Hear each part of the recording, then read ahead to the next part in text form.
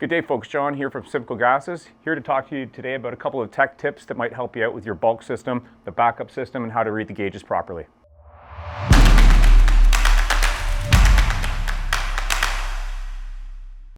Folks, here we have one of our bulk carbon dioxide tanks. They have numerous different applications. In this particular situation, it's taking care of a hospitality venue. We have 3 gauges on top that are quite important to know about. This at the top right here is our liquid levelized gauge. It provides us with a measurement of exactly what the contents are within the tank itself.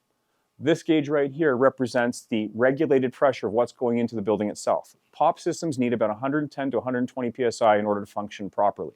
We have this one set up to 120 psi. Giraffe systems need much less than that. This particular gauge right here is quite important as well. This tells us the pressure rating of the tank itself and the contents in the tank. If this gets below 100 psi, we have a problem, and it's due to typically being a leak inside the building.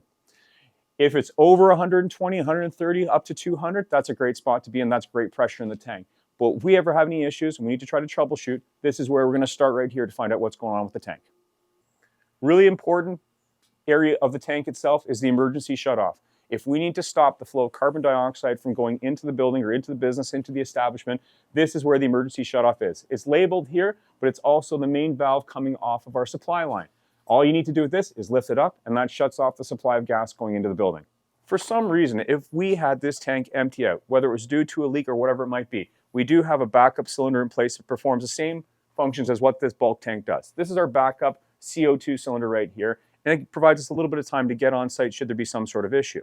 In order to switch from this being the supply line to this being the supply line, we have our switchover up at the top right here.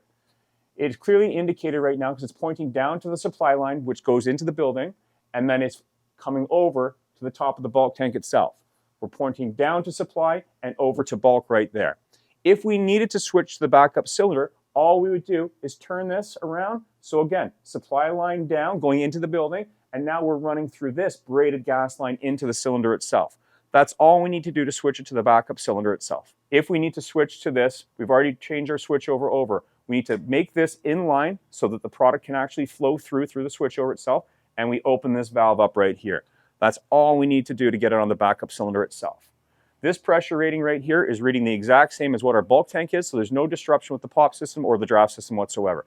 So again, we're going to take this from being closed to putting it in line, opening the valve up right there, and that's us onto our backup cylinder. That concludes today's video on our bulk tanks. Like and subscribe below, please. If you have any comments, let us know of any other videos you'd like us to take care of.